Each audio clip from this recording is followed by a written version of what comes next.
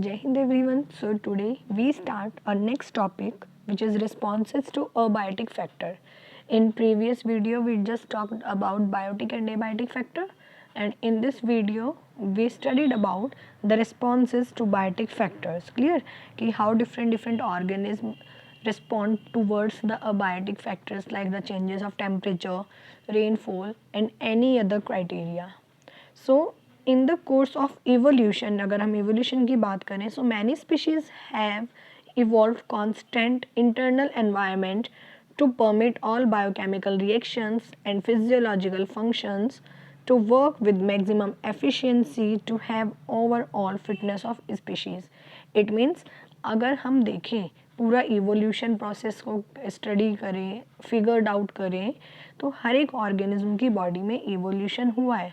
और क्यों हुआ है कि जिससे उसकी बॉडी का जो बायोकेमिकल रिएक्शन है और फिजियोलॉजिकल फंक्शन है वो कांस्टेंट चलता रहे और हाई एफिशिएंसी के साथ जितनी भी बॉडी की सारी प्रोसेसेस हैं वो फिगर आउट हो, वो कंप्लीशन हो. क्लियर. तो इवोल्यूशन आप लोगों को पता ही है, जैसे जैसे डे बाय डे और ईयर बाय ईयर चेंजेस आ रहे हैं हमारे एनवायरनमेंट में, so we are not able to survive in all the conditions. So the evolution is a process or a phenomena which helps to fit in that particular environment. So organism try to maintain the constancy of its internal environment in spite of varying external.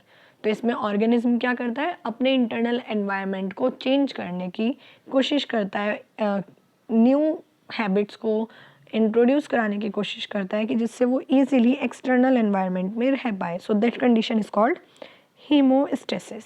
Haemo means same और stasis means conditions की जो same और अनसिमिलर conditions होती हैं उनमें survive करने के लिए अपनी बॉडी में इवोल्यूशन करता है. Clear. So there are various establish of hemostasis. There are basically three: conformers, regulators and partial regulators. It means they are also called suspends. So now we studied about the next part, which is regulate. Regulate से आप क्या समझ रहे हैं? Regulate जो अपनी body के किसी भी सिस्टम को रेगुलेट कर ले, चेंज कर ले according to the external factors. Clear. So all animals and birds are capable of maintaining hemostasis. हम अपनी बॉडी के टेम्परेचर को, अपनी बॉडी की एक्टिविटीज़ को रेगुलेट कर सकते हैं बाय फिजियोलॉजिकल मीन्स. फिजिकली हम इसको मेंटेन कर सकते हैं with ensure constant body temperature, चाहे वो बॉडी टेम्परेचर की बात हो या osmotic. For example in winter season we wear a woollen clothes, तो हमने फिजियोलॉजिकली तो चेंज किया टेम्परेचर को. In summer we wear a cotton clothes. So that type of organism are called regulators and the process or phenomena is called regulate. So thermoregulation and osmoregulation is the source of success of mammals in all environmental conditions. दो ही source है animals में और mammals में और birds में, एक तो thermoregulation and the other one is osmoregulation, जिसकी वजह से कोई भी मैमल या कोई भी एनिमल और कोई भी बर्ड ईजली हर एक तरीके के एनवायरमेंटल कंडीशन में सर्वाइव कर सकता है. For example in summer the outside temperature is more than our body temperature, so we sweat oftenly. Clear. Resulting evaporating, हमारी बॉडी से स्वेट रिलीज होता है एंड वो इवापोरेट होकर स्वेट रिलीज हो जाता है एनवायरनमेंट में, जिससे हमें कूलिंग इफेक्ट मिलता है which brings down the body temperature, जो टाइम पर हमारे बॉडी टेम्परेचर को डाउन करने में भी हेल्प करता है. Meanwhile, if we talk about the winter seasons, so we start to shiver. हमें ठंड लगती है, हम कांपते हैं, हमें शिवरिंग होती है. So a kind of exercise which produce heat and raise the body temperature. हम इसमें कोई एक्सरसाइज कर सकते हैं, हमारा जो मेटाबॉलिक रेट है वो भी स्लो हो जाता है. सो एट दैट टाइम अपने मेटाबॉलिक रेट को बूस्टअप करने के लिए हम कोई भी एक्सरसाइज और योगा और फिटनेस प्लान कर सकते हैं, जिसकी वजह से मोर एंड इनफ अमाउंट की हीट हमारी बॉडी से रेज हो एंड जो हमारा बॉडी टेम्परेचर है वो कॉन्स्टेंट हो जाए, नॉर्मल हो जाए. Next is conformers. Who are conformers? So most of animals and plants, their body temperature change with ambient temperature. वो ऑर्गेनिज्म जो बाहर के टेम्परेचर के अकॉर्डिंग अपना बॉडी टेम्परेचर चेंज कर लेते हैं, so these are called conformers. In aquatic animals, osmotic concentration of body fluid change with that of the ambient osmotic concentration. जो aquatic animals होते हैं उनकी बॉडी में जो osmotic concentration होता है, osmosis process होता है या exchange of water होता है, वो किस बेस पे होता है? ambient water concentration, कि उनकी बॉडी से बाहर कितना फ्लड प्रेजेंट है, कितना वाटर कंसेंट्रेशन है. Clear. So these animals are called conformers, जो बाहर के एनवायरनमेंट के अकॉर्डिंग अपनी बॉडी के ऑस्मोटिक प्रेशर को मेंटेन करते हैं. So that these organism are called conformers. So conformers are not able to bear the energetic expenses to maintain the constant body temperature. इन लोगों को अपनी बॉडी से ज़्यादा हीट लॉस नहीं करनी पड़ती, हीट रिलीज नहीं करनी पड़ती बॉडी टेम्परेचर को मेंटेन करने के लिए. सो हीट लॉस और heat gain is the function of surface area. Generally surface area का फंक्शन होता है, जितना ज़्यादा सरफेस एरिया उतना ही ज़्यादा heat loss. Clear. So since small animals have a large surface area, small animals का जो सरफेस एरिया होता है वो लार्ज होता है. सरफेस एरिया मतलब a particular cell contains a particular area. Clear. Relative to their volume, volume की बात करें तो वॉल्यूम कम होता है, जाहिर सी बात है वॉल्यूम कम है बिकॉज नंबर ऑफ सेल्स का कम है in small animals. So number of cell is equal directly proportional to number of volume. जितने ज़्यादा सेल्स के नंबर उतना ही ज़्यादा वॉल्यूम. तो एनिमल्स की, स्मॉल एनिमल्स की बात करें, क्रिएचर्स की बात करें तो इनका लार्ज सरफेस एरिया तो कम होता है, but meanwhile they have a small volume. Clear. They tend to loss body heat very fast when it is cold outside. और जब बाहर बहुत ज़्यादा ठंड होती है तो उनका वॉल्यूम कम होने की वजह से और सरफेस एरिया ज़्यादा होने की वजह से they release high amount of heat. Then they have to expend much energy to generate body heat through metabolism. Yes. So then they have to expend much energy, तो उन्हें बहुत ज़्यादा अपनी बॉडी की एनर्जी रिलीज़ करनी पड़ती है और बहुत ज़्यादा मेटाबॉलिक प्रोसेस अपना हाई अप करना पड़ता है बॉडी हीट को मेंटेन आउट करने के लिए. So this is the main reason that's why small animals are rarely found in polar region. ये मेन रीज़न है जिसकी वजह से पोलर रीजन्स पर, ठंडे इलाकों पर छोटे एनिमल्स नहीं मिलते. रीज़न, उनकी बॉडी की हीट एकदम लॉस हो जाएगी. हीट लॉस होने के लिए उनको फिर अपना बॉडी का हाई मेटाबॉलिक रेट करना पड़ेगा and this is not the sufficient because the particular area और region is very colder. Clear. Next, migration और migrate is a phenomena of a conformer, जिसमें पर्टिकुलर इंडिविजुअल स्ट्रेसफुल एनवायरनमेंट को छोड़कर beneficial और comfortable environment में जाते हैं, conditional environment में जाते हैं. क्लियर. सो माइग्रेशन और migrate is a part of a conformers. So migration और माइग्रेट क्या है? The organism move away from the time being from the stressful और unfavourable habitat to the more suitable habitat. वो अपना unfavourable habitat छोड़कर बहुत ज़्यादा सूटेबल हैबिटेट में जाते हैं and when the stressful environment और the period is over then they return back. Like as the migratory birds which is coming from the Siberia in wetlands. Clear. And after some times when the situation is just normal according to their body temperature or according to their requirements or needs, so they are going back to the Siberian. Clear. So many birds undertake long distance to migrate to more hospitable areas. बहुत सारी birds बहुत ज़्यादा distance की दूरी से आती हैं. किस लिए? मोर हॉस्पिटेबल एरियाज, मतलब कंफर्टेबल एरिया की सर्चिंग में. ये यहाँ पर आकर जनरली अपना रिप्रोडक्शन करती हैं एंड अपना नंबर तो इंक्रीज करेंगी जब रिप्रोडक्शन कर रही है. And they are also here to search in the search of the food materials. ठीक है. So Siberia birds migrate to Keoladeo national park which is in Bharatpur, India. सबसे ज़्यादा माइग्रेटरी बर्ड्स आती हैं कैलेडो नेशनल पार्क में which is situated in Bharatpur. Next is suspend. Suspend means किसी चीज़ को रोकना. ठीक है. सस्पेंड कर देना, हटाना. So in micro organism like bacteria and fungi and lower plants a thick walled spores is formed which help them to survive unfavorable condition. जब कुछ ऑर्गेनिज्म के अकॉर्डिंग अनफेवरेबल कंडीशन होती है so they make and they stop the metabolic rate of the body, जिसकी वजह से ना तो हीट लॉस होती है ना गेन होती है. And they make a thick walled cover which is just surrounds the body area, and these are called spores. क्या बोला जाता है? thick walled spores. Clear? And favorable condition जब होती है जहाँ ये survive नहीं कर पाते, so they form a thick walled spores which helps to resist in the unfavorable conditions. So these spores germinate on return of suitable condition. जैसी suitable condition आती है, the sporocyst, the cell which contain spores are burst out and all the spores are germinate in the soil.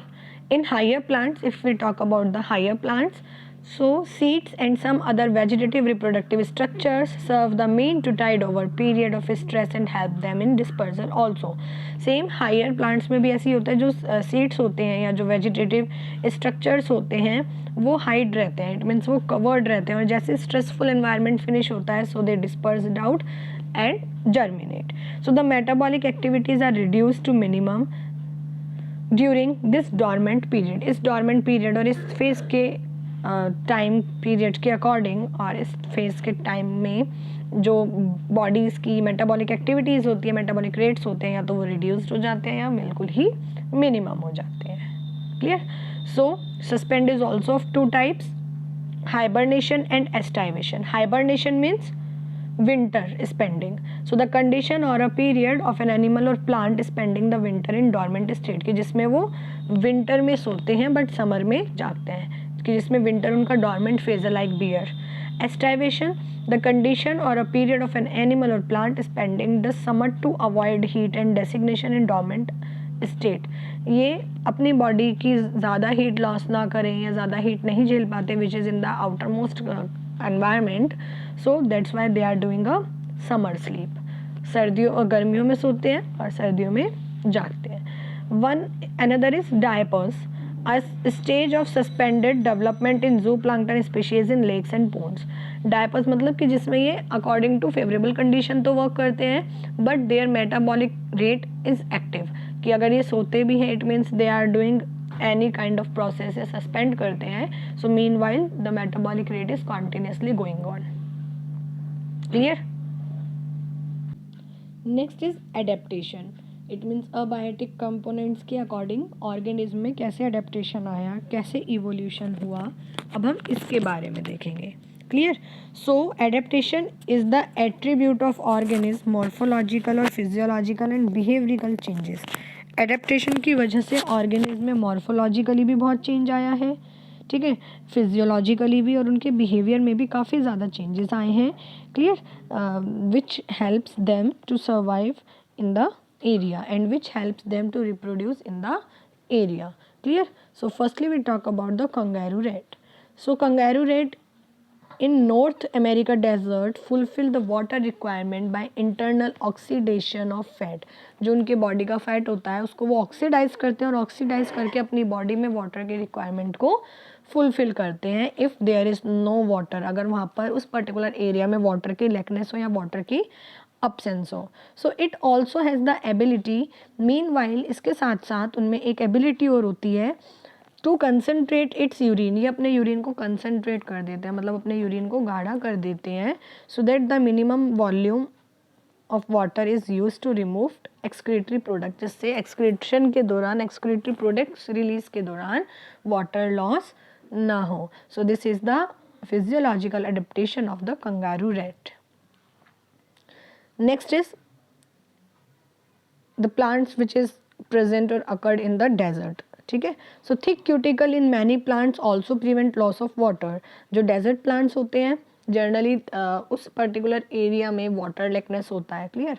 तो जो plants होते हैं उनकी जो cuticle होती है वो बहुत ज़्यादा थिक होती है जिससे ज़्यादा वाटर लॉस ना हो पाए.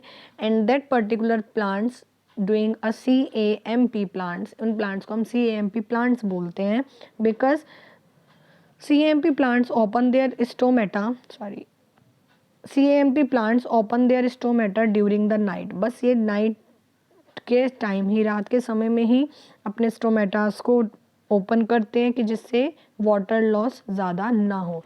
रीज़न डे टाइम में सनलाइट होती है, अगर स्टोमेटा ओपन रहा सो इवापोरेशन और वेपराइजेशन प्रोसेस के थ्रू जो एक्स्ट्रा मटेरियल है वो वाटर है जो ट्रांसपिरेट हो जाएगा. Clear?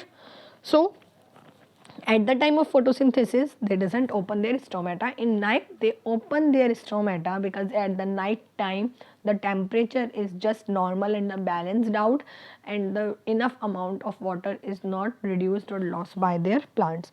So that type of plant is called CAMP plant. Crustaceans acid metabolism is the full form of CAMP plants, which is in both C3, C4 plants but in the desert area. Clear?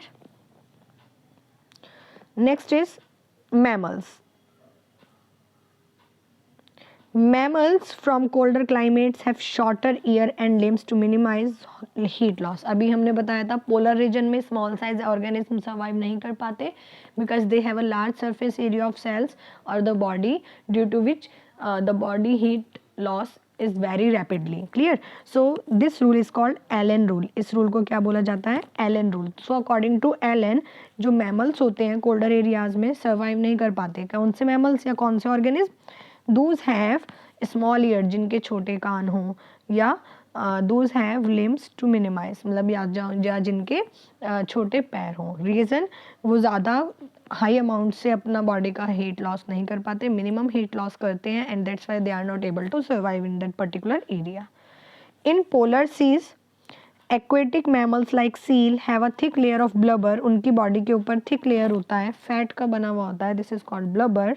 Just below the skin they act as a insulator. ये insulator का काम करती है और इनकी body से ज़्यादा heat को लॉस नहीं होने देती and maintain the metabolic activities and rate.